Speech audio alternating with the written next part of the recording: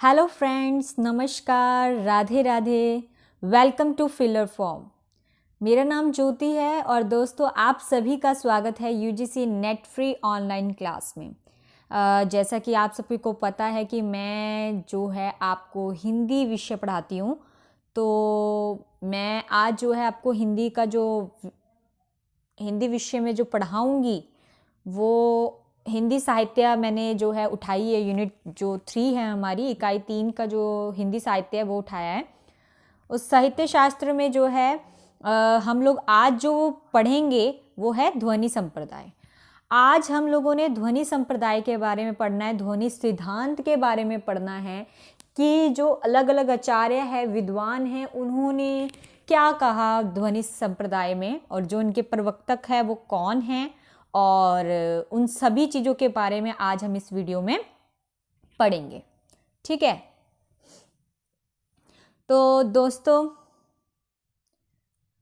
अब हम अपनी जो वीडियो है शुरू करने से पहले जान लेते हैं कि हमारे जो फिलर फॉर्म है उनका जो है यहाँ पर व्हाट्सएप ग्रुप भी है, तो आप लोग चाहो तो व्हाट्सएप ग्रुप जो है वो ज्वाइन कर सकते हो। ठीक है, और टेलीग्राम ग्रुप पे आप इसे भी ज्वाइन कर सकते हो और साथ ही साथ इंस्टाग्राम में आप इसको फॉलो भी कर सकते हो। यहाँ पर दोस्तों आपको फिलर फॉर्म के द्वारा जो है सारी इंफॉर्मेशन प्रोवाइड होगी। जितनी भी नोटिफिकेशंस होगी यूजीसी के द्वारा वो सारी नोटिफिकेशन आपको यहाँ पर मिल जाएगी टाइम टू टाइम।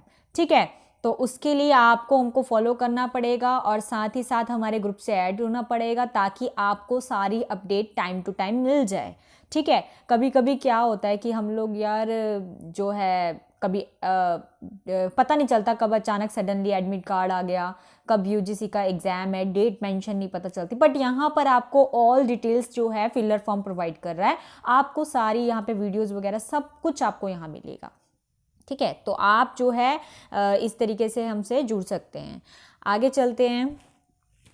आगे आप यहाँ पर देख रहे हो यूजीसी नेट 2022 में आपको बहुत कुछ मिल रहा है। ठीक है, यहाँ पे आपको जीके की क्लास मिल रही है। जैसा कि आप सभी को पता है कि हम लोगों का टारगेट जो है वो यूजीसी नेट जेआरएफ है। यस, तो आप लोगों ने यूजीसी नेट जेआरएफ जो है वो क्रैक करना है। उसके लिए आपको 2 एग्जाम जो है विच इज़ वेरी कंपलसरी। ठीक है, तो बहुत ज़्यादा कंपलसरी जो एग्ज़ाम है वो है एग्ज़ाम 1 एंड एग्ज़ाम 2। तो एग्ज़ाम 1 की अगर मैं बात करूँ तो यहाँ पे पेपर 1 जो है उसकी 2 क्लासेस मिलेगी, 11 बजे और 2 बजे, और जीके भी यहाँ पर आपको मिल रहा है जो कि उसमें आते हैं जीके क्वेश्चन। तो आपको फर्स्ट जो है वो पूरा यहाँ पे प्रोवाइड हो रहा है मटेरियल। सेकंड जो है, क्योंकि आपको मैं हिंदी विषय पढ़ा रही हूँ तो मेरी क्लास जो है वो 12 बजे होती है, जो चल रही है अभी। ठीक है, तो आप लोग जो है रोज रेगुलर 12 बजे आके अटेंड कर सकते हैं। बाकी आपके जो फ्रेंड्स होंगे उनको आप गाइड कर सकते हैं बाकी स्पेसिफिक क्लासेस के लिए। ये जनवरी 10 से हमारी शुरू हुई है। अब आगे चलते हैं। क्योंकि ग्रुप में बहुत सारे लोग जो स्टूडेंट्स होते हैं वो न्यू आए होते हैं तो उन्हें नहीं पता होता है ना, तो इसलिए हमें थोड़ा सा जो है स्टार्टिंग में बताना ज़रूरी हो जाता है। एंड देन उसके बाद फिर जैसे हम लोग पढ़ने लग जाते हैं तो फिर तो एक फ़्लो बन जाता है, तो फिर फ़्लो टूट जाए तो अच्छा नहीं लगता है ना। इसीलिए जो है मैं सोचती हूँ कि पहले ये सब चीज़ें बता दी जाए तो ज़्यादा बेटर रहेगी। अब यहाँ पे 12 बजे मेरी क्लास होती है, बाकी जो स्पेसिफिक सब्जेक्ट है उनकी क्लास भी 17 जनवरी से जो है 2-3 क्लासेस में और ऐड हुई है वो शुरू हो जाएगी। तो आप अपने जितने भी फ्रेंड्स हैं उनको जो है गाइड कर सकते हैं और जो है आराम से इसका फ़ायदा उठा सकते हैं। ठीक है फ्रेंड्स,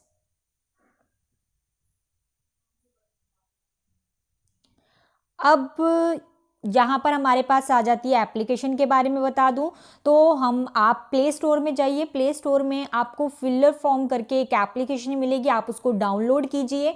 वहाँ पर आपको पेपर 1 और पेपर 2 का सारा जो मटेरियल है वो वहाँ पर आपको आराम से मिल जाएगा। ठीक है, तो आप लोग वहाँ से ले सकते हैं। ये देखिए यहाँ पे 100% ऑफ है। आपसे 1 रुपये भी पेमेंट जो है वो नहीं लिया जाता, आपसे 1 रुपये भी नहीं लिया जाता है। सो आप आराम से जो है वहाँ पे फ्री नोट्स मिल जाएंगे, आपको लाइव क्लासेस मिल जाएगी, 5000 MCQs एंड PYQ मिल जाएगा। तो आपको बहुत सारी चीज़ें फ्री ऑफ कॉस्ट मिल रही है। सो आप इसका फ़ायदा उठाइए जल्दी से। ठीक है, और फॉलो कीजिए ग्रुप को। तो आपको सब कुछ इन्फॉर्मेशन, सारी इन्फॉर्मेशन आपको जल्दी मिल जाएगी। आगे चलते हैं।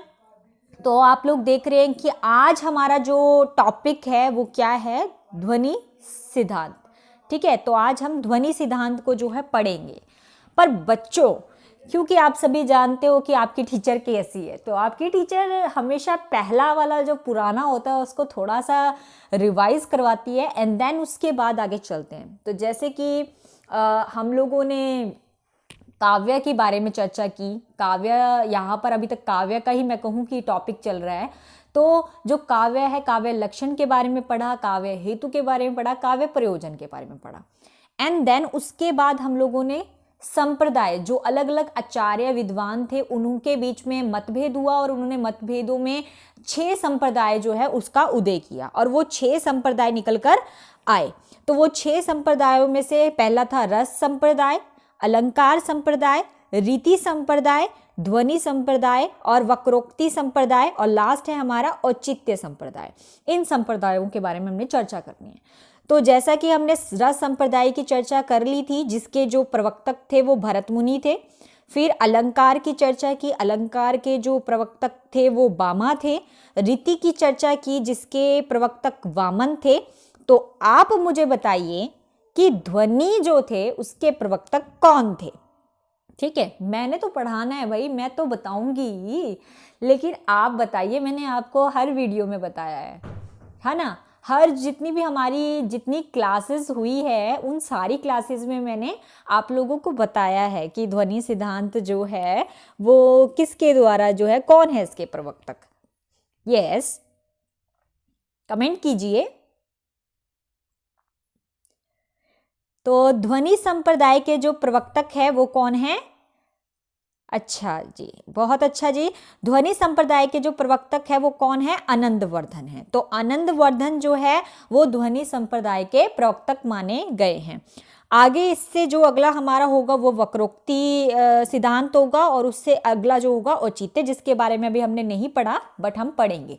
लेकिन अभी फिलहाल हम ध्वनि जो सिद्धांत है उसको जो है थोड़ा अच्छे से समझने की कोशिश करेंगे कि ध्वनि सिद्धांत क्या है। तो आगे चलते हैं। यहाँ पर सबसे पहले आ जाता है ध्वनि का अर्थ। यहाँ पर हम ध्वनि के अर्थ को समझेंगे कि ध्वनि का अर्थ क्या है। तो देखेंगे कि ध्वनि का अर्थ और परिभाषा क्या दी गई है यहाँ पे। अगर बात करें संस्कृत काव्य शास्त्रों में ध्वनि सिद्धांत का एक महत्वपूर्ण सिद्धांत के रूप में प्रतिष्ठित हुआ है यहाँ पर। ठीक है, तो ध्वनि सिद्धांत, जैसा कि आप लोगों को पता है कि हम यहाँ पे ध्वनि सिद्धांत की चर्चा कर रहे हैं। ठीक है, भाग 7 चल रहा है हम लोगों का। इकाई 3 जो है वो मैं पढ़ा रही हूँ हिंदी विषय में। ठीक है, तो यहाँ पर ध्वनि शब्द की जो निष्पत्ति हुई है वो किस वर्ड से हुई है? ध्वन शब्द से, ध्वन धातु में से जो ई प्रत्यय के संयोग से हुई है। ठीक है, ध्वनि जो शब्द है वो सामान्य अर्थ क्या है? कानों में सुनाई पड़ने वाला नाद या आवाज। नाद भी वही हो गया, आवाज। ठीक है, तो जो कानों में आवाज पड़ती है उसे हम क्या कहते हैं? ध्वनि कहते हैं। अगर हम, क्योंकि इसके प्रवक्तक कौन बताए हैं मैंने आपको? इसके प्रवक्तक मैंने आपको बताए हैं आनंदवर्धन। आनंदवर्धन जो है इसके प्रवक्तक है। तो उन्होंने इसकी परिभाषा देते हुए कहा है कि जिस रचना में वाचक विशेष और वाच्य विशेष और अभिधेय अर्थ को गौण बनाकर काव्यार्थ मतलब व्यंग्यार्थ व्यक्त करते हैं उसे क्या कहा जाता है? ध्वनि कहा जाता है। ठीक है, मैं आपको आसान शब्दों में अगर बताऊं तो आनंदवर्धन ने बहुत अच्छे तरीके से जो है ध्वनि को जो है बताया है ध्वनि के बारे में। तो बहुत अच्छा तरीके से, जैसे उन्होंने कहा है कि अगर हम काव्य शास्त्र की बात करें तो काव्य शास्त्र में जो पूर्व ध्वनि का जो प्रयोग था, जो पहले ध्वनि का जो प्रयोग किया जाता था, ठीक है, जो पहले ध्वनि का प्रयोग किया जाता था वो भाषा शास्त्रों में वर्णों के विस्फोट के अर्थ में हुआ था। कि मतलब एक तरीके से वर्णों को क्या हो गया? वर्णों का विस्फोट हो गया। किसी चीज का, कोई चीज बहुत ज्यादा मात्रा में पड़ जाती है तो हम क्या कहते हैं कि बहुत ज्यादा हो गया, अति होगी उस चीज की। ठीक है, तो यहाँ पर उस चीज का, यहाँ पे वर्णों का क्या हुआ? एकदम से ही विस्फोट हुआ। तो विस्फोट के अर्थ पे जो पूर्व थे काव्य शास्त्र वाले, वो जो है ध्वनि शब्द का प्रयोग करते थे। ध्वनि सिद्धांत का जो आधार है उसको हम क्या कहते हैं? उसको कहते हैं हम स्फोटवाद कहते हैं। ठीक है, आप इसको भी याद कर लीजिए क्योंकि पूछ भी सकते हैं ये वाला जो है स्फोटवाद। ठीक है, तो स्फोटवाद सिद्धांत जो है वो कहा गया, क्यों? क्योंकि इसमें क्या हुआ, वर्णों का स्फोट हुआ, एकदम से वर्ण आ गए और उनका विस्फोट एकदम से हुआ, इस वजह से इसको स्फोटवाद कहा गया। काव्य शास्त्र में ध्वनि का जो संबंध है वो किससे है? व्यंजना शक्ति से है।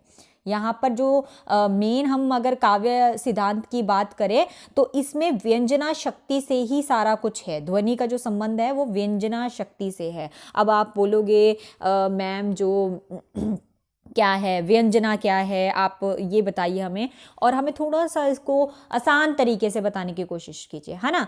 तो अभी थोड़ा सा और हम पहले पढ़ते हैं तो हम इसको समझेंगे भी बहुत अच्छी तरीके से। मैं बता रही हूँ आप लोगों को, बहुत अच्छी तरीके से ध्वनि को समझाऊंगी।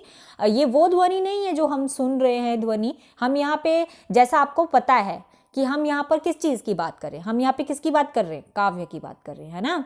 तो काव्य में ध्वनि की बात की जा रही है कि जो प्रवक्तक आनंदवर्धन है, जो प्रवक्तक आनंदवर्धन है वो मानते हैं कि काव्य की आत्मा क्या है? ध्वनि है।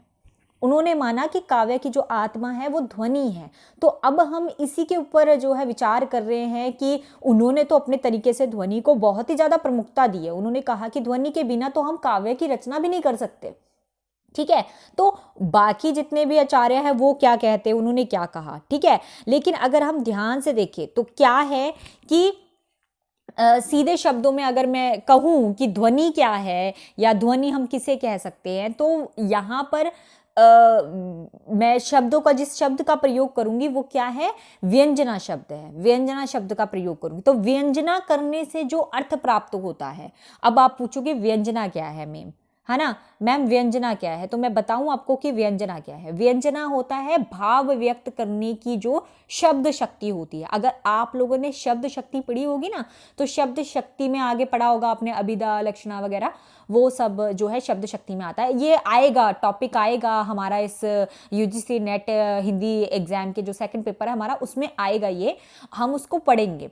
पर यहाँ पर जो मैं आपको सीधे शब्दों में अगर व्यंजना का अर्थ बताऊं तो व्यंजना का है भाव को व्यक्त करना।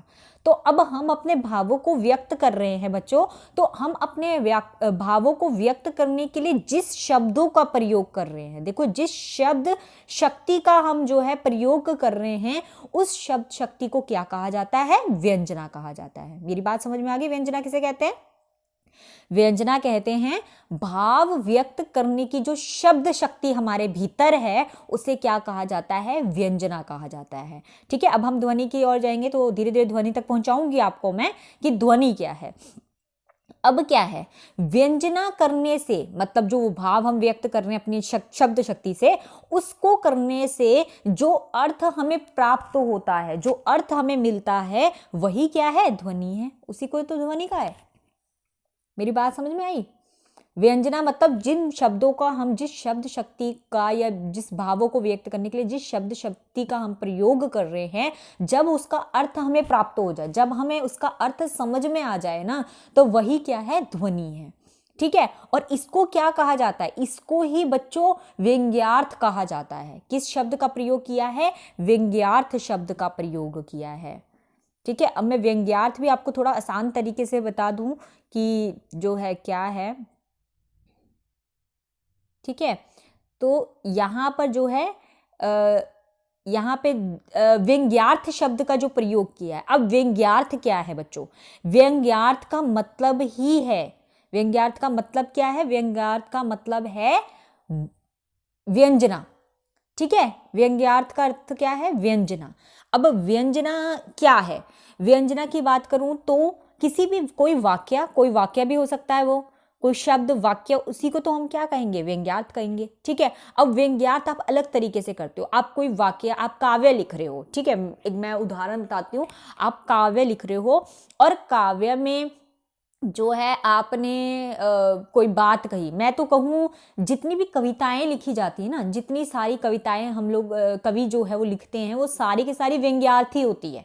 क्यों व्यंग्यार्थ होती है? क्योंकि उसमें सीधी सीधी बातें थोड़ी ना कही जाती है, उसमें सीधी सीधी बातें थोड़ी ना कही जाती जो हमें समझ आ जाए। उसमें अलग अलग अलंकारों का प्रयोग किया जाता है, अलग अलग रसों का प्रयोग किया जाता है, अलग अलग चीज़ों का प्रयोग किया जाता है। और फिर उनको हम जब पढ़ते हैं धीरे धीरे करके हमें उसका अर्थ समझ में आने लग जाता है, तो वही क्या है बच्चों, वही तो ध्वनि है। ठीक है, तो व्यंग्यार्थ क्या है? व्यंग्यार्थ शायद किसी का भाव हो सकता है। व्यंग्यार्थ जो है संकेतार्थ भी हो सकता है, मतलब संकेत, जैसे संकेत कर दिया, मतलब मान लो उन्होंने अपनी कविता में डाल दिया कि म्याऊं करके डाल दिया, तो आप एकदम से समझ गए ना। म्याऊं से आप क्या समझोगे? म्याऊं कौन करती है? बिल्ली करती है। ठीक है, तो आपके एकदम से दिमाग में आएगा कि म्याऊं बोला है तो कहीं ना कहीं इसने बिल्ली की बात कही है। अब उसने आपको सीधा तो लिख के दिया नहीं था ना बिल्ली, लेकिन आपने क्या, म्याऊं से ही समझ लिया कि बिल्ली की बात की गई है। ठीक है, तो इस तरीके से जो संकेतार्थ जो होते हैं, उन ध्वनियों से भी, वही तो ध्वनि है, वही व्यंग्यार्थों से ही हम क्या है समझ जाते हैं कि ये ध्वनि है। ठीक है, तो हम सीधा अब कहें तो जहां व्यंग्यार्थ प्रमुख हो, मतलब जहां ये जो संकेत या भाव या जो व्यंग्यार्थ है ये जहां प्रमुख होते हैं, वहां वाच्यार्थ गौण हो जाता है। अब वाच्यार्थ क्या है? अभिधा। वाच्य, वाच्य क्या होता है? ठीक है, वाच्य क्या होता है? वाच्य होता है कि किस चीज पर बल दिया गया है, कर्ता पे बल दिया गया है, कर्म पर बल दिया है। जब कोई वाक्य आप पढ़ते हो, उस वाक्य में आप देखते हो कि कर्म पे जोर दिया गया, वो पानी पीता है, तो यहाँ पे वो पीने का काम कर रहा है। तो आप देखोगे कि यार किस चीज पे बल दिया गया, प्रधानता किस चीज को दी गई है? पीने को दी गई, वो पानी पी रहा है, पीने का काम किया जा रहा है यहाँ पे। ठीक है, तो आप क्या देखोगे? आप देखोगे कि कर्ता क्या है, कर्म क्या है। ठीक है, तो वाच्य वो होता है। वाच्यार्थ क्या है? अभिधा। ठीक है, अभिधा शब्द का प्रयोग, अभिधा क्या होता है? किसी शब्द सामान्य अर्थ बोध करना। ठीक है, किसी शब्द जो होता है उसको सामान्य अर्थ में हम कर देते हैं। कोई शब्द आपको है, उस शब्द को आप सीधा सीधा, जैसे मैं आपको उदाहरण देती हूँ, जैसे मैंने बोला सिर पर चढ़ना। ठीक है, तो क्या है सिर पर चढ़ने का अर्थ? क्या निकालोगे आप? कि कोई चीज है जो क्या है, जो एक जगह से उठाकर दूसरी जगह पे, मतलब उसने क्या किया, सिर पर रख दिया उसको, तो सिर पर चढ़ना। एक जगह से उठाकर अपने सिर पर रखा, तो मतलब क्या है, सिर पर रख देना, तो सिर पर चढ़ना। ठीक है, तो क्या है, आपने उसके अर्थ को बोध कर लिया, वो क्या है, अभिधा है। तो यहाँ पर जो वाच्य होता है वो क्या हो जाता है, गौण हो जाता है, और जो व्यंग्यार्थ है वो ज्यादा प्रमुख हो जाता है, और उसी को क्या कहा जाता है, ध्वनि काव्य कहा जाता है।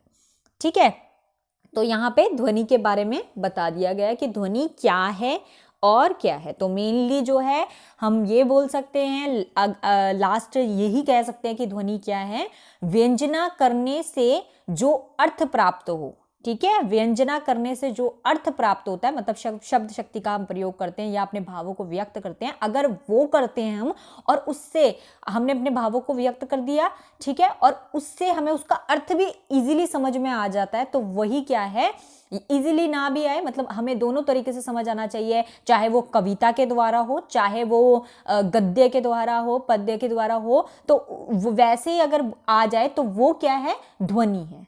ठीक है, और इसी को क्या कहा जाता है, इसी को व्यंग्यार्थ भी कहते हैं। तो व्यंग्यार्थ शब्द का प्रयोग भी यहाँ पर किया गया है। तो या फिर हम सीधा कहें तो व्यंग्यार्थ को ही ध्वनि का रूप मानते हैं। व्यंग्यार्थ और ध्वनि एक दूसरे से अलग नहीं है बच्चों। व्यंग्यार्थ और ध्वनि जो है, व्यंग्यार्थ को ही क्या कहा गया है, ध्वनि कहा गया है।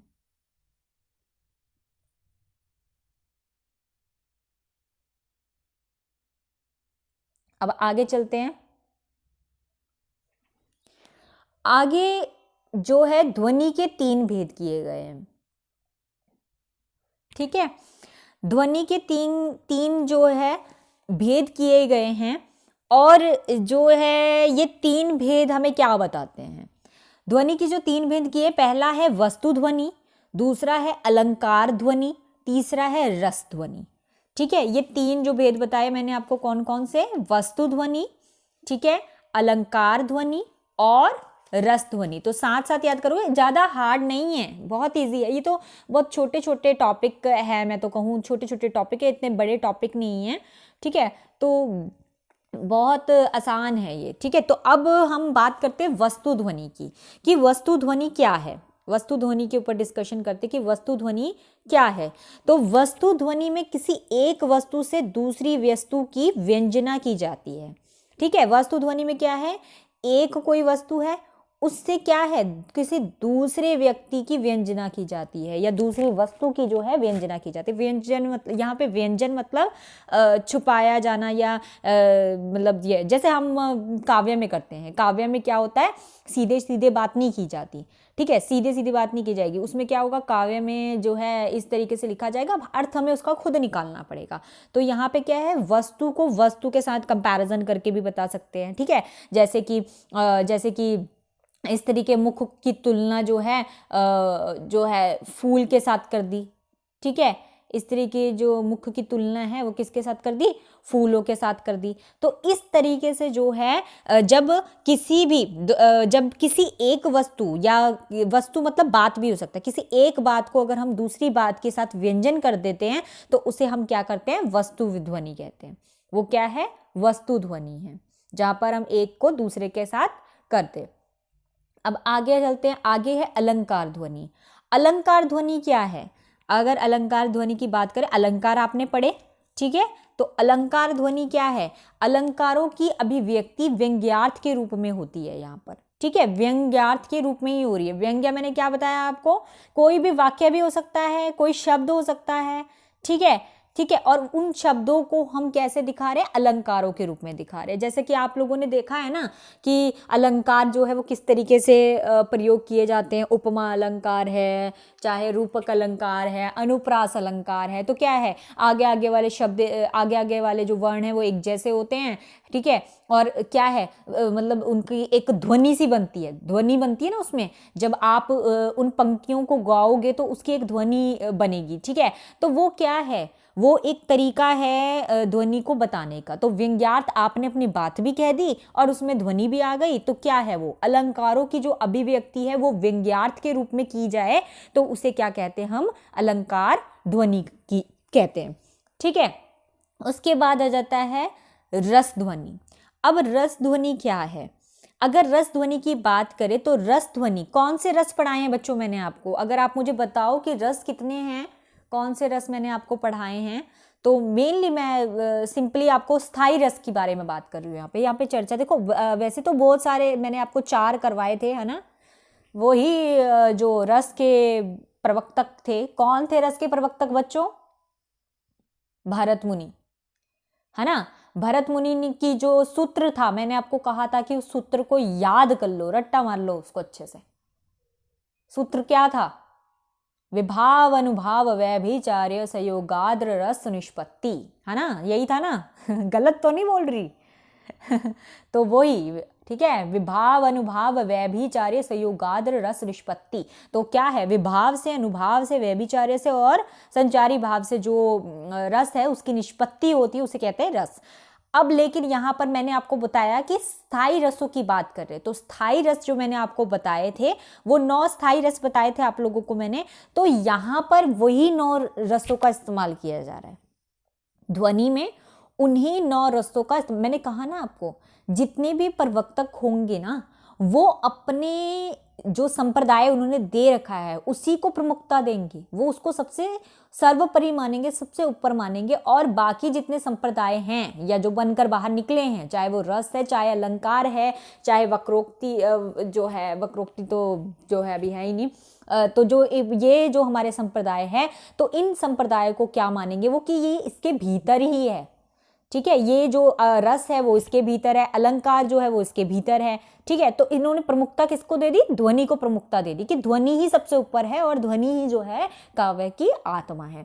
तो यहाँ पर स्थायी भावों की बात की तो 9 जो है मैंने आपको रस बताए थे, उन्हीं रसों का प्रयोग यहाँ पर काव्य में किया जाता है। तो जब उस रसों का प्रयोग यहाँ पर ध्वनि के माध्यम से किया जाएगा तो वो क्या कहलाएगा, यहाँ पर रस ध्वनि कहलाएगा।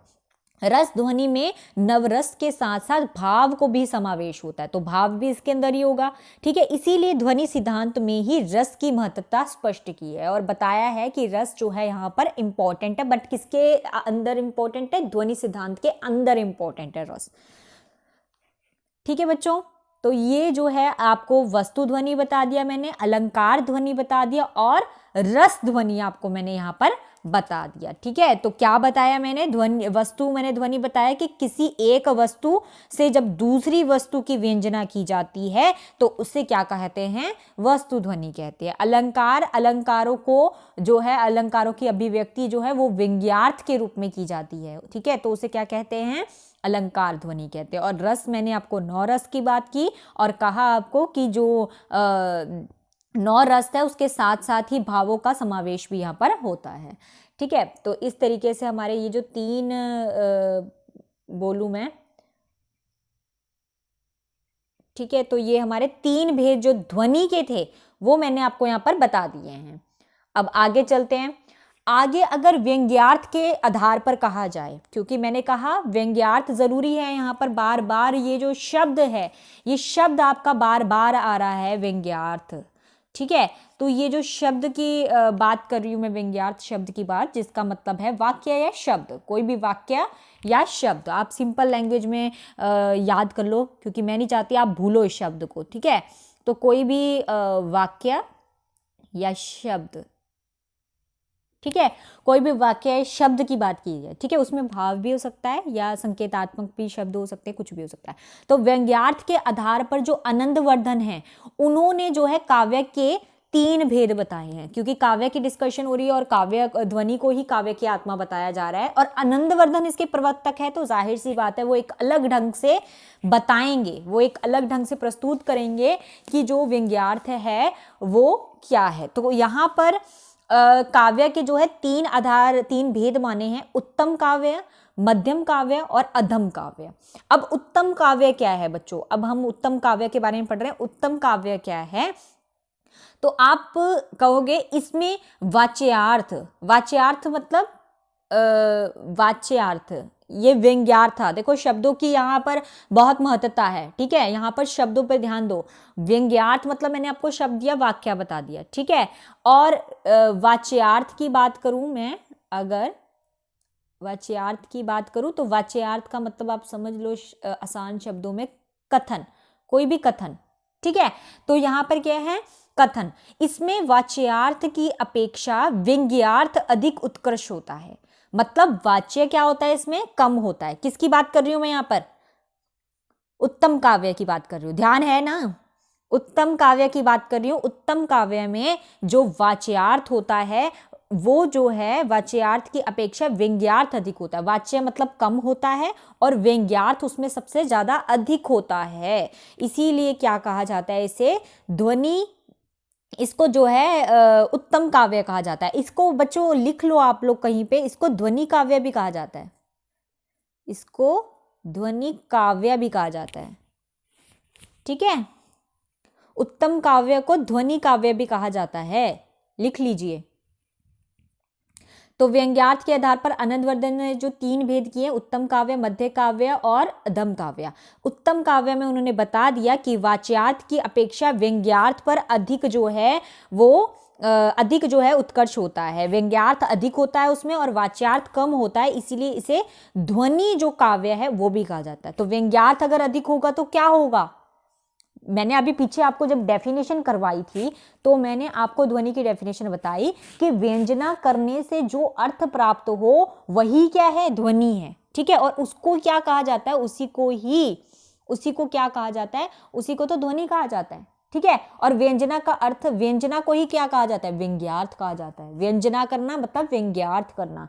तो यहाँ पर क्या है, यहाँ पर जो कवि है आनंदवर्धन जो कवि है, उन्होंने क्या कहा है, उन्होंने यहाँ पर सबसे ज़्यादा प्रयोग व्यंग्यार्थ का किया। और जब सबसे ज़्यादा प्रयोग आप व्यंग्यार्थ का करोगे, व्यंजना का सबसे ज़्यादा प्रयोग करोगे, तो वहाँ पर ध्वनि तो होगी ही होगी। इसलिए इसको क्या कहा गया, उत्तम काव्य कहा गया। आगे चलते हैं।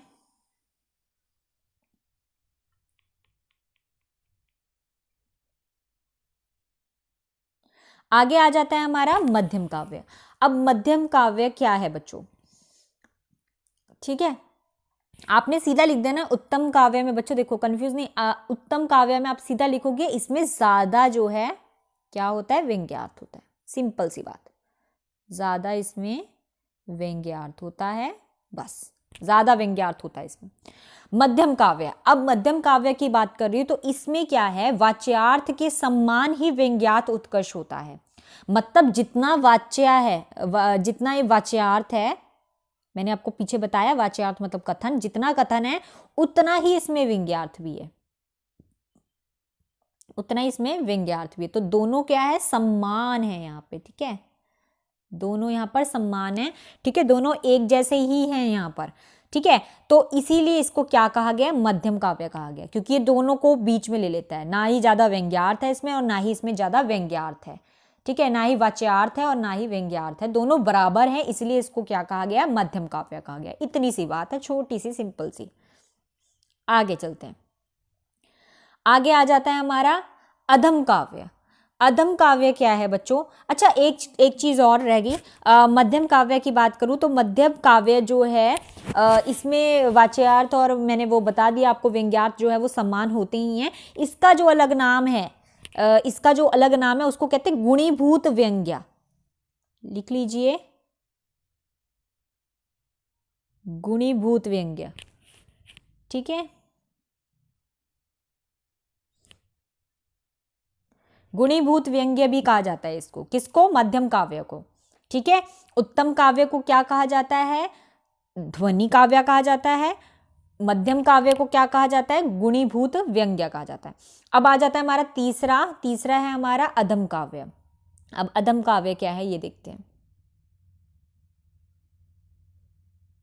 अधम काव्य की चर्चा करें, अधम काव्य क्या है, इसमें किसी प्रकार का व्यंग्यार्थ नहीं होता, मतलब इसमें व्यंग्यार्थ होता ही नहीं है, व्यंग्यार्थ इसमें है ही नहीं, और इसमें मात्र अलंकारों का चमत्कार होता है। इसमें क्या होते हैं, अलंकार होते हैं, अलंकारों का प्रयोग किया जाता है, ठीक है।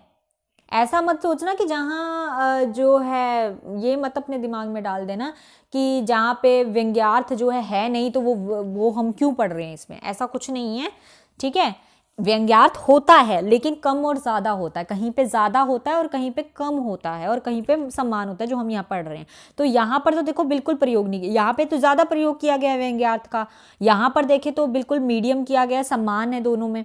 और यहाँ पर जो है अलंकारों का इसमें अलंकारों से इसमें चमत्कार उत्पन्न होता है, जबकि इसमें व्यंग्यार्थ का अगर प्रयोग कहूं मैं तो बिल्कुल भी नहीं किया गया है, ठीक है। अलंकार से चमत्कार उत्पन्न होता है। और इसका जो अलग नाम है, अधम काव्य को जो दूसरे नाम से बुलाया जाता है, पूछ लेते हैं, ये प्रश्न आया भी था कि अधम काव्य का जो दूसरा नाम है वो क्या है, तो इसको कहते हैं चित्र काव्य।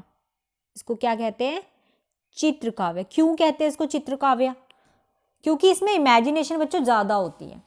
मेरी बात समझिए आप, इमेजिनेशन देखो, कभी कभी क्या होता है काव्य में, आप देखते हो ना, कवि ने ना इमेजिनेशन करके बता रखा होता है कि ऐसे बोलते हैं कि जो है आसमान से जो है एक सुंदर परी जो है वो ऐसा लगा कि जैसे सूर्य की किरणें आ रही है और सूर्य की किरणों से ऐसा प्रतीत हो रहा है कि जैसे कि आसमान से जो है सूर्य से जो है लक्ष्मी जो है धीरे धीरे अपने कदमों को रखते हुए जमीन पर उतर रही हो। तो इस तरीके से क्या है, एक कल्पना ही तो की गई है, एक इमेजिनेशन ही तो है यहाँ पर। तो उसी कल्पना की यहाँ पर जो है बात की जा रही है, उसी कल्पना को यहाँ पर जो है बताया जा रहा है, ठीक है।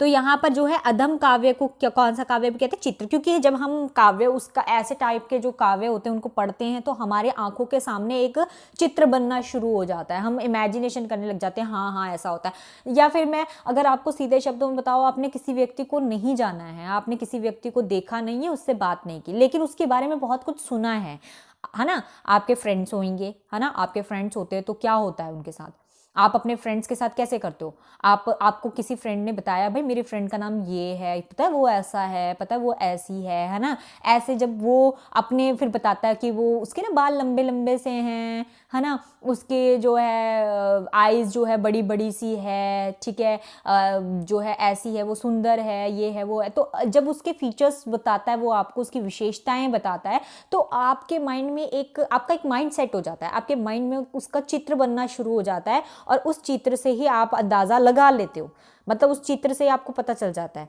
तो वैसे ही यहाँ पर क्या है, अधम काव्य है, ठीक है।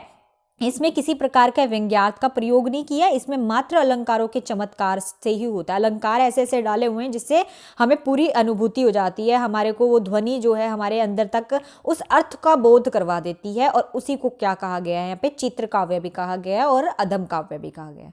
ठीक है, तो इस तरीके से जो है ध्वनि में हमने उत्तम काव्य, मध्यम काव्य और अधम काव्य जो है पढ़े हैं। वैसे तो व्यंग्यार्थ के हिसाब से देखा जाए तो आनंदवर्धन ने ये 3 बताए हैं, लेकिन 2 और है जो हम लास्ट में डिस्कशन इसके ऊपर जो है करेंगे आगे। ठीक है, तो देखते हैं, आगे चलते हैं कि आगे जो है किस आचार्य ने क्या कहा है और क्या आचार्य जो है बताते हैं। तो यहाँ पर जो आचार्य है उनकी अगर हम बात करें तो वो क्या कहते हैं। ठीक है, तो सभी आचार्यों ने देखो अपना अपना बताया, सभी आचार्यों के अलग है। रीतिकालीन आचार्य है उन्होंने इस सिद्धांत को अलग तरीके से, तो ये हम जो अभी पढ़ रहे हैं, ठीक है, तो ये क्या है जो यहाँ पे हम पढ़ रहे हैं, ये हमारे ध्वनि जो सिद्धांत है,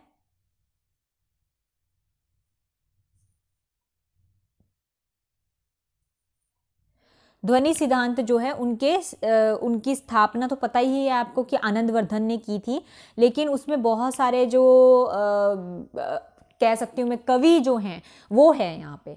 ठीक है, तो यहाँ पर अलग अलग कवियों ने अपने अपने तरीके से बताया। तो सबसे पहले हम जो है अभिनव गुप्त के बारे में पढ़ेंगे कि उन्होंने जो है ध्वनि के बारे में उनका क्या विचार है। तो अभिनव गुप्त क्या कहते हैं, आचार्य अभिनव गुप्त ने आनंदवर्धन की रचना जो है, आनंदवर्धन की रचना कौन सी है, ध्वन्यालोक जो है आनंदवर्धन की रचना है, उसी को ही जो है सार बनाकर, या मैं उसी को कहती हूँ आधार बनाकर, जो अभिनव गुप्त है उन्होंने अपनी रचना लिखी जिसका नाम है ध्वन्यालोक लोचन। याद रखना बच्चों, आनंदवर्धन की रचना का नाम क्या है, ध्वन्यालोक। आनंदवर्धन की रचना का नाम है ध्वन्यालोक, और उसको ही आधार बनाकर जो अभिनव गुप्त है उन्होंने जो है ध्वन्यालोक लोचन जो नाम का जो है एक टीका लिखा था, इन्हीं को देखकर लिखा। अब यह टीका ग्रंथ में उन्होंने ध्वनि सिद्धांत का जो है प्रभावशाली और स्पष्ट विवेचन किया है, उन्होंने स्पष्ट उसमें बताया। पर वो क्या बताते हैं, उन्होंने क्या कहा है, उनके विचार क्या थे उसको लेकर, तो वो सब हम जो है पढ़ेंगे यहाँ पर। तो क्या है, अभिनव गुप्त क्या कहते हैं कि ध्वनि के काव्य की आत्मा कहा। उन्होंने ध्वनि को क्या कहा, काव्य की आत्मा माना है। इनके हिसाब से ध्वनि जो है वो क्या है, काव्य की आत्मा है। और आनंदवर्धन ने भी तो यही माना है ना, तो दोनों की बात तो सेम जैसी प्रतीत हो रही है।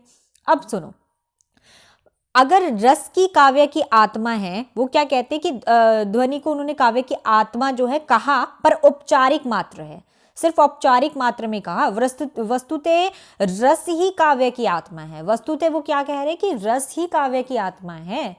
ध्वनि को तो उन्होंने सिर्फ औपचारिक मात्र ही माना है, पर रस को उन्होंने माना है कि हाँ, रस जो है वो क्या है, काव्य की आत्मा है। वस्तुतः ध्वनि और अलंकार जो है ध्वनि का ही इसमें पर्यवसान जो है हो जाता है। मतलब एक तरीके से अगर वो देखा जाए तो वो कहते हैं कि ध्वनि और अलंकार जो है, वस्तु ध्वनि और अलंकार जो है वो ध्वनि में ही हो जाते खत्म। तो अगर हम क्योंकि हम लोगों ने पीछे पढ़ा, क्या पढ़ा हमने, वस्तु के बारे में पढ़ा, अलंकारों के बारे में पढ़ा। ठीक है, तो वो क्या कहता है, वो कहता है कि जब वो ध्वनि में आता है ना, तो वो ध्वनि में आकर खत्म हो जाता है। पर्यवसान मतलब होता है खत्म होना, तो वो पूरी तरीके से उस पर आकर खत्म हो जाता है। तो इस तरीके से हम जो ध्वनि है उससे औपचारिक रूप से मानते हैं कि हाँ वो आत्मा है, लेकिन वस्तुतः आत्मा अगर बात करें सही मायनों में तो वो क्या है, रस ही है।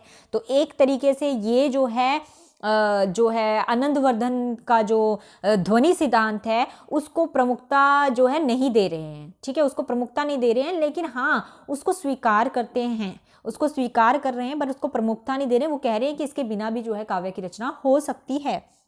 ठीक है, अब आगे अगले जो आते हैं वो आते हैं हमारे आचार्य मम्मट। मम्मट क्या कहते हैं, मम्मट के आधार पर अगर हम कहें कि मम्मट ने जो है किस तरीके से और क्या बताया है, तो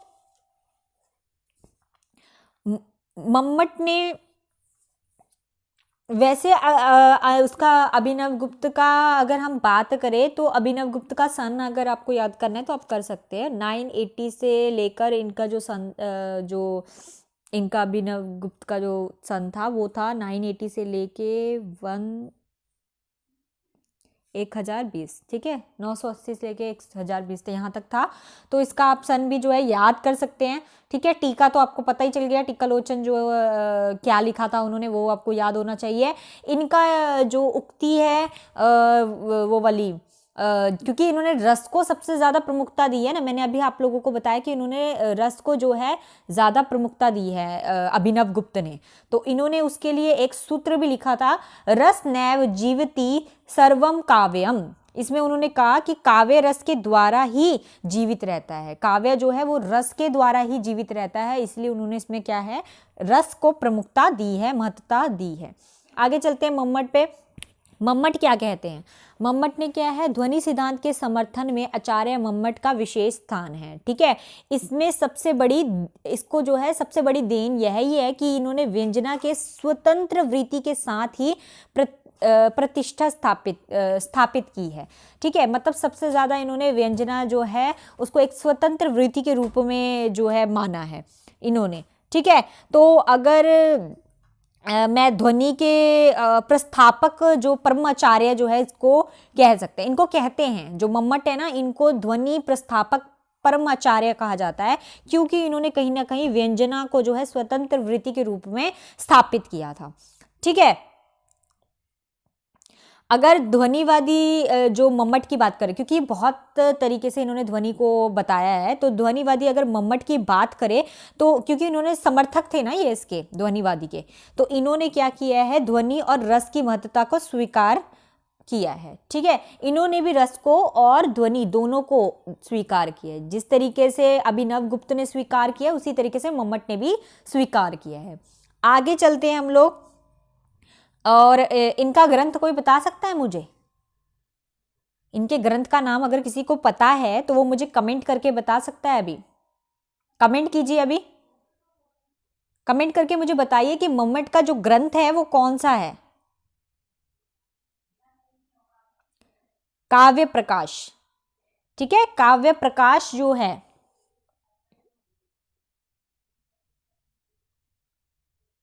काव्य प्रकाश जो है मम्मट का, मम्मट की जो रचना है या ग्रंथ, मम्मट की जो ग्रंथ है उसका नाम है, ठीक है।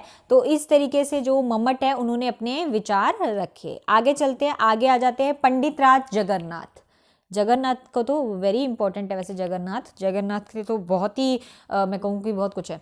पंडित जगन्नाथ को अंतिम ध्वनि समर्थन और आचार्य माना जाता है। ये सबसे अंतिम जो थे समर्थक वाले थे जिन्होंने जो है ध्वनि संप्रदाय के बारे में कहा था।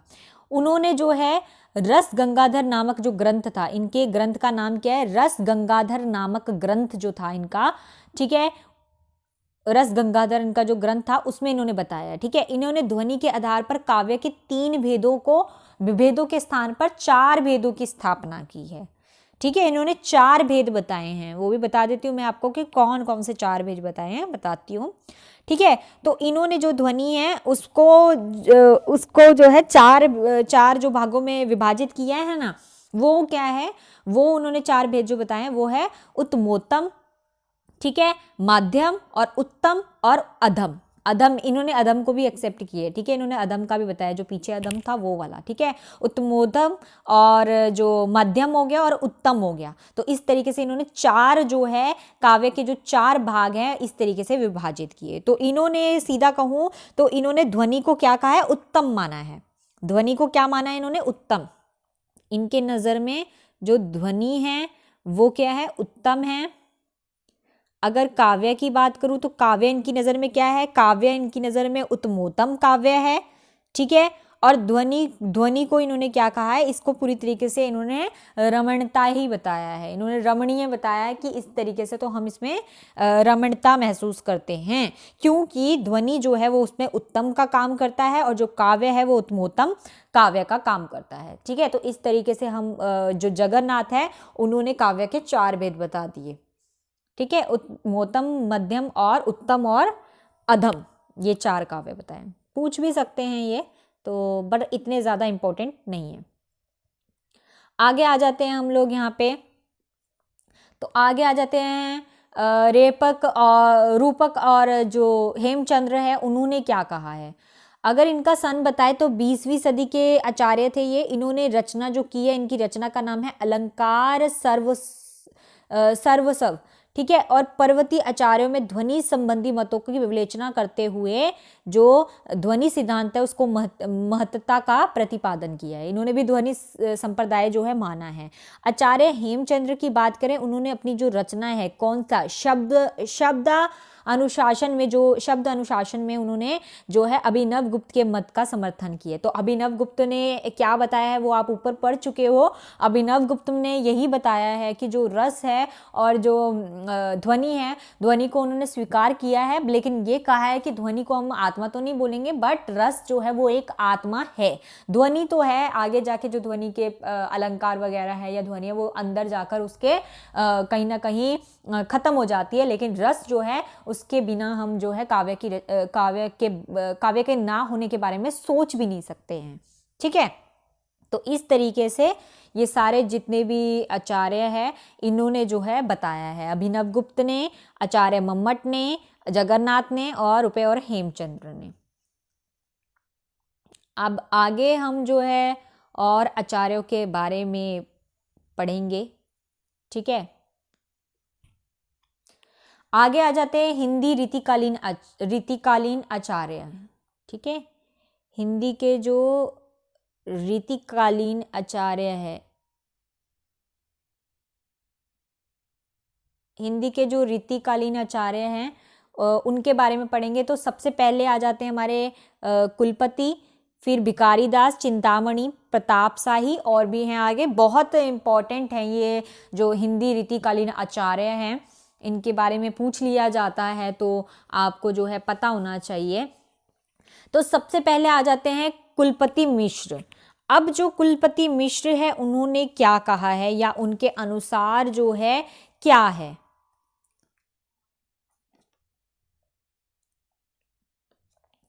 ठीक है, कुलपति जो मिश्र है इनका जो पुस्तक है, इनकी पुस्तक का नाम क्या था पहले तो ये मुझे बताओगे। उनकी पुस्तक का नाम था रस रहस्य, ठीक है। उनकी जो रचना थी उसका नाम था रस रहस्य। मम्मट के द्वारा रचित जो है मम्मट के द्वारा जो रचित है वो क्या है, काव्य प्रकाश। मम्मट ने क्या लिखा है, काव्य प्रकाश, जो मैंने आपको अभी पीछे भी बताया था।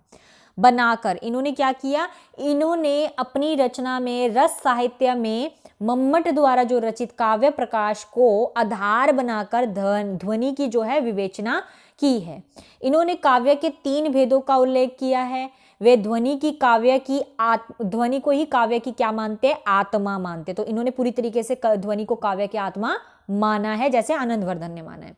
महत्ता स्वीकार करते हुए अलंकार आदि को ध्वनि की सिद्धि का साधन मानते हैं। तो इन्होंने भी एक तरीके से सिद्धि का साधन ही माना है, साधन माना और साध्य जो है अलग चीज है। तो यहाँ पर इन्होंने इसको साधन ही माना है कि मतलब ये भी होना जरूरी है, ठीक है। तो इसके बिना भी हम काव्य की जो कल्पना है वो नहीं कर सकते। तो ध्वनि को काव्य की आत्मा माना है कुलपति जी ने। सीधा सिंपल शब्दों में अगर मैं बताऊं तो ध्वनि को उन्होंने काव्य की आत्मा माना है, ठीक है।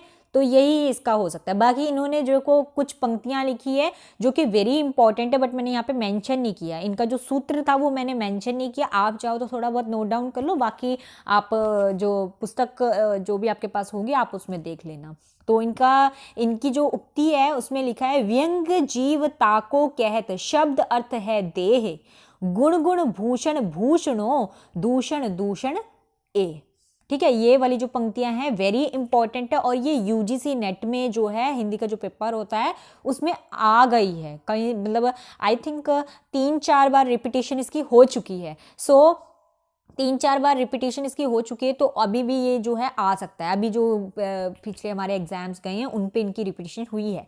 तो व्यंग जीवता को कहत, शब्द अर्थ है देह। शब्द अर्थ को यहाँ पर क्या कहा गया, देह कहा गया है। गुण गुण भूषण, भूषण मतलब आभूषण मतलब अलंकार, अलंकारों की बात भी किया। भूषणों दूषण दूषण एह। तो इस तरीके से इन्होंने जो है बहुत सिंपल जो है शब्दों में बता दिया, ठीक है, कि जो ध्वनि है वो काव्य की क्या है, आत्मा है, और इसकी महत्वता को स्वीकार करते हुए इन्होंने जो है अलंकार आदि को भी ध्वनि की सिद्धि का साधन माना है। ठीक है, कि अलंकार जो है वो भी हैं और ये भी है, तो इनको जो है सिद्धि का साधन मानते हुए इन्होंने ये कहा। तो ये पंक्तियां वेरी इंपॉर्टेंट। आगे चलते हैं, आगे आ जाते हैं हमारे भिखारी दास। ठीक है, भिखारी दास के बारे में पढ़ते हैं। भिखारी दास जी ने क्या कहा है, तो कुलपति हो गया हमारा। भिखारी दास जी कहते हैं, भिखारी दास ने ध्वनि का विवेचन और ध्वनि का उल्लेख मम्मट के अनुसार किया है। बिल्कुल, मम्मट ने क्या कहा था, मम्मट के अगर हम अनुसार चले तो मम्मट ने क्या कहा था, मम्मट की बातें वही थी। ध्वनि की विवेचन और ध्वनि के भेदों का उल्लेख मम्मट के अनुसार किया ना इन्होंने। तो इन्होंने क्या बताया है कि वाच्य अर्थ ते व्यंग में चमत्कार अधिकार धुनताही को कहत है उत्तम काव्य विचार। ये इनकी उक्ति है, और इस उक्ति में इन्होंने बिल्कुल वही चीज़ कह दी जो मम्मट ने कही थी कि ध्वनि जो है बहुत ज़्यादा जो है ध्वनि और रस की महत्वता को इन्होंने स्वीकार किया था मम्मट ने। उसी प्रकार से जो भिखारी दास है वो भी ध्वनि और रस दोनों को स्वीकार कर रहे हैं। यहाँ पे इन्होंने कहा ना वाच्य अर्थ ते व्यंग में चमत्कार, चमत्कार भी चाहिए, मतलब अलंकार भी यहाँ पे हो रहा है। एंड धुन ताही के कहत है उत्तम काव्य विचार, तो हम उस पे काव्य का विचार जो है वो कर सकते हैं। तो ध्वनि को भी इन्होंने महत्वता दी है और साथ ही साथ रस को भी इन्होंने, अलंकारों को, रस को भी इन्होंने महत्वता दी है, माना है। आगे चलते हैं चिंतामणि पे, कि चिंतामणि ने क्या कहा है। चिंतामणि क्या कहते हैं, चिंतामणि ने रीतिकालीन के प्रसिद्ध जो आचार्य है वो चिंतामणि है, सबसे प्रसिद्ध आचार्य चिंतामणि को माना जाता है रीतिकालीन में। ध्वनि के, याद रखना बच्चों, ये याद रखने वाली चीजें हैं, व्याख्या की है ध्वनि काव्य को किसी काव्य में से उत्तम माना। इन्होंने ध्वनि काव्य को किसी काव्य से जो है, सभी काव्य से जो है उत्तम माना है। तो जितने भी काव्य हैं उन सभी से उत्तम जो काव्य है वो ध्वनि काव्य इन्होंने माना है। तो कहीं ना कहीं ये बहुत अच्छी तरीके से समर्थन करते थे ध्वनि काव्य का या ध्वनि सिद्धांत का। इन्होंने भी ध्वनि के विभिन्न भेदों पर प्रकाश डाला है। ध्वनि के भेदों में वे लिखते भी हैं। उन्होंने यहाँ पे लिखा हुआ है प्रतिशब्द कृत लब्ध क्रम व्यंग सुत्रिविद बखानी, मतलब शब्द अर्थ अजुग शक्त भव इति ध्वनि भेद सुजानी। तो मतलब शब्द भी होने चाहिए, अर्थ भी होने चाहिए, ठीक है, इन सभी चीज़ों का जो है समावेश होना चाहिए। इसी को चिंतामणि जी ने जो है बताया। और मैं कहूँ, मैंने ये पंक्तियाँ इसीलिए लिखी है क्योंकि ये वेरी इंपॉर्टेंट है, ये भी एग्जाम में पूछ ली जाती है, इसीलिए मैंने इन पंक्तियों को लिखा है।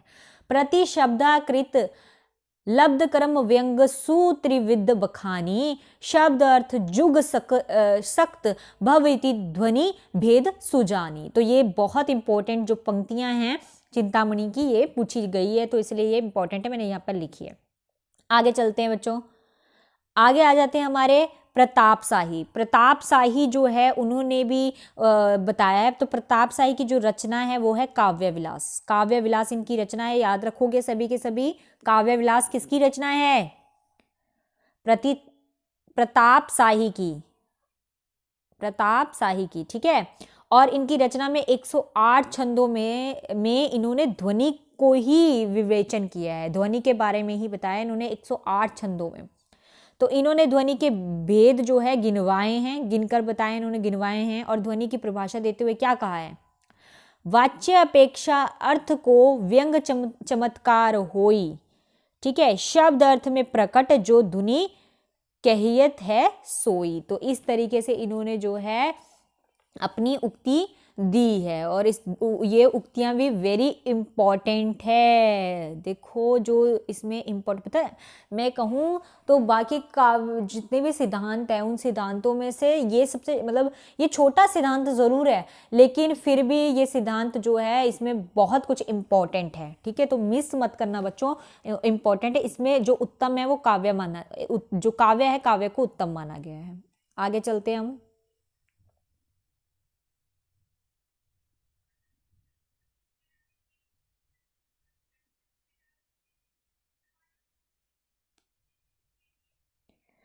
आगे आ जाते हैं ध्वनि विरोधी आचार्यों के मत। ध्वनि विरोधी आचार्यों के मत में है प्रतिहादेदु राज जो है वो हो गए, कुंतक हो गए, ठीक है। और साथ ही साथ भट्टनायक हो गए। तो इन तीनों को हम पढ़ेंगे। तो ये क्या है, आगे भी दो हैं। तो इन्होंने क्या है, जो प्रतिहादुन राज जो हैं उन्होंने ये मुकुल भट्ट के शिष्य हैं, ठीक है। जो मुकुल भट्ट है उनके शिष्य माने जाते हैं। अलंकारवादी आचार्य होने के कारण इन्होंने ध्वनि का जो अलंकार के रूप में देखा, क्योंकि ये विरोधी है, जाहिर सी बात है। जो विरोधी आचार्य होंगे उनके नाम याद कर लेना, उनकी जो पंक्तियां कुछ इंपॉर्टेंट होगी वो याद करनी है बस। और इतना ज़्यादा ध्वनि विरोधी आचार्य को नहीं देखना। तो ये विरोध में थे, ध्वनि को नहीं स्वीकार कर रहे थे। कुंतक की बात कहूँ तो कुंतक ने अपनी रचनाओं में जो वक्रोक्ति जीवतम, उन्होंने वक्रोक्ति को ही सबसे ज़्यादा प्रमुखता दी है कुंतक ने, ठीक है। जाहिर सी बात है, तो वो अपने सिद्धांत को ही अच्छा मानेंगे।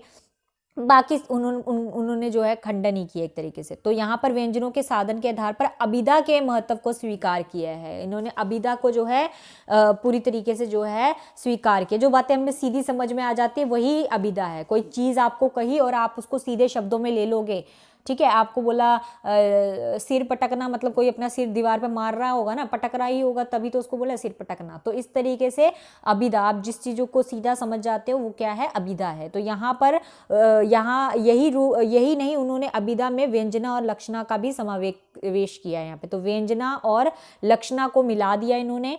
साथ ही ध्वनि को ही यहाँ पर इन्होंने वक्रोक्ति का एक रूप माना है। तो ध्वनि को क्या माना है इन्होंने, वक्रोक्ति माना है। तो कुंतक ऐसे कवि हैं जिन्होंने ध्वनि को वक्रोक्ति माना है और ध्वनि सिद्धांत का विरोध किया। अब आ जाते हैं भट्टनायक। भट्टनायक क्या कहते हैं, भट्टनायक एक जो है विरोधी थे ध्वनि के। इनका जो ग्रंथ था हृदय दर्पण, उसमें इन्होंने जो है ध्वनि सिद्धांत का कड़ा विरोध किया है। ध्वनि विरोधों तर्कों के कारण इन्होंने ग्रंथों को ध्वनि विध्वंसक ग्रंथ भी कहा है। तो इन्होंने ध्वनि विध्वंसक ग्रंथ नाम दिया है। तो किसने दिया है, भट्टनायक ने दिया है, और उन्होंने जो है ध्वनि का कड़ा विरोध किया है।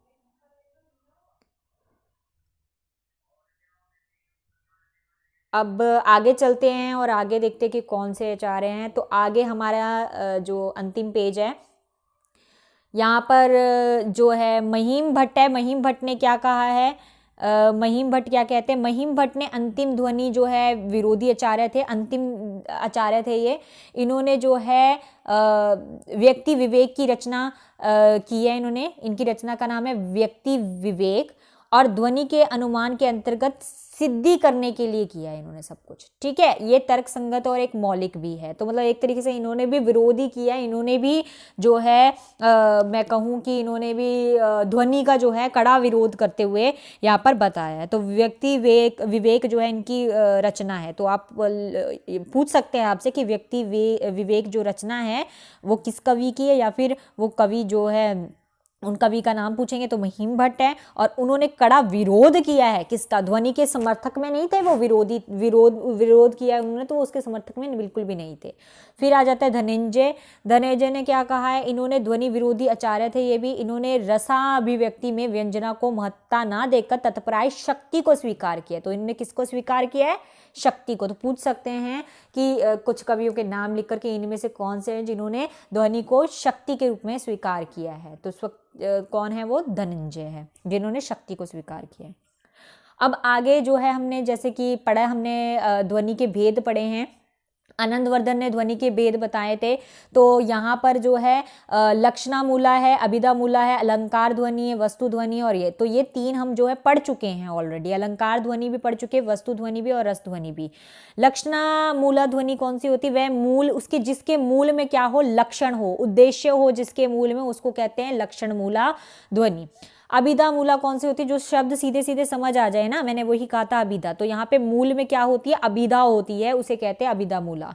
और अलंकार ध्वनि आपको पता ही है, अलंकार ध्वनि में व्यंग्यार्थ अलंकार के रूप में यहाँ पर स्वीकार किए जाते हैं, ठीक है। व्यंग्यार्थ जो होते हैं वो अलंकारों के रूप में होते हैं। यहाँ पर ध्वनि क्या है, व्यंग्यार्थी तो है, तो व्यंग्यार्थ यहाँ पे अलंकारों के रूप में, उसको कहेंगे अलंकार ध्वनि।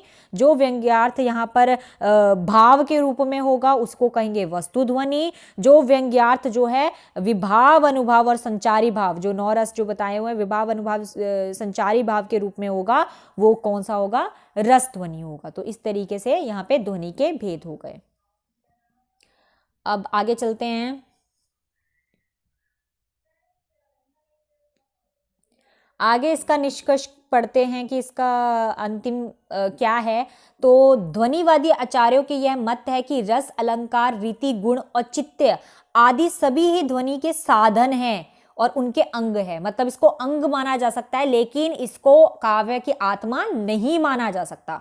काव्य में उनका कोई स्वतंत्र सत्ता नहीं है। ध्वनि सिद्धांत के दो मुख्य उद्देश्य हैं, एक तो ध्वनि की स्थापना करना, अन्य सिद्धांतों के रूप और महत्व का जो है निर्धारण करना, और ये सब करना इनका पहला वो चीज था। और दूसरे आचार्यों में कवि ने अन्य सिद्धांतों के मुकाबले ध्वनि को श्रेष्ठ प्रतिपादित किया है। तदपि जो आचार्य मम्मट हैं उन्होंने ध्वनि पर जोरदार समर्थन किया, लेकिन आगे चलकर विश्वनाथ और पंडित जगन्नाथ आदि विद्वानों ने रस को ही काव्य की आत्मा घोषित किया है। तो पूरी तरीके से रस को ही काव्य की आत्मा माना गया, चाहे वो ध्वनि को कितना भी बढ़ा ले, लेकिन ध्वनि को हम उसकी आत्मा नहीं मान सकते हैं। तो पर जो आनंदवर्धन है उन्होंने तो आपने देखा ही कि उन्होंने किस तरीके से जो है अपने ही काव्य को अच्छा माना है। तो सभी अपने काव्य को, मैंने कहा ना, अपने काव्य को ही सबसे ज्यादा प्रमुखता देंगे। तो इस तरीके से हमारा जो आज का जो विषय था वो समाप्त हो गया है, ठीक है। और जो है अब हम जो कल जिस पे डिस्कशन करेंगे, ठीक है, वो हमारा वक्रोक्ति सिद्धांत होगा। तो कल हम बच्चों वक्रोक्ति सिद्धांत के ऊपर जो है चर्चा करेंगे, और ध्वनि सिद्धांत हमारा पूरा जो है समाप्त हो गया है। और आपकी कोई भी क्वेरी होगी तो आप मुझे जो है कमेंट सेक्शन में कमेंट कर दीजिएगा, मैं आपके कमेंट्स देखती हूँ। तो मैं जो है आपके कमेंट्स का जो है ज़रूर आप बताऊँगी कि आपको जो भी आपके कमेंट्स होंगे उनको रिप्लाई उनका जो है ज़रूर करूँगी, ठीक है। तो आपका बहुत बहुत धन्यवाद, आप लोग बहुत सपोर्ट कर रहे हैं मुझे, उसके लिए भी बहुत थैंक यू आप लोगों को। और जो है लाइक करना मत भूलिए, लाइक भी कीजिए साथ साथ, ठीक है। और अच्छे से पढ़िए, और पूरा अपना जो टारगेट है यूजीसी नेट जेआरएफ का वो क्रैक करना है हमने, ठीक है। और अब तो काफ़ी दिन हो गए मैं हमारे साथ चलते चलते, तो आगे भी हमारे दिन जो है वो बहुत अच्छे ही जाएंगे। तो आपका दिन शुभ हो, और Radhe Radhe, bye, have a nice day, thank you.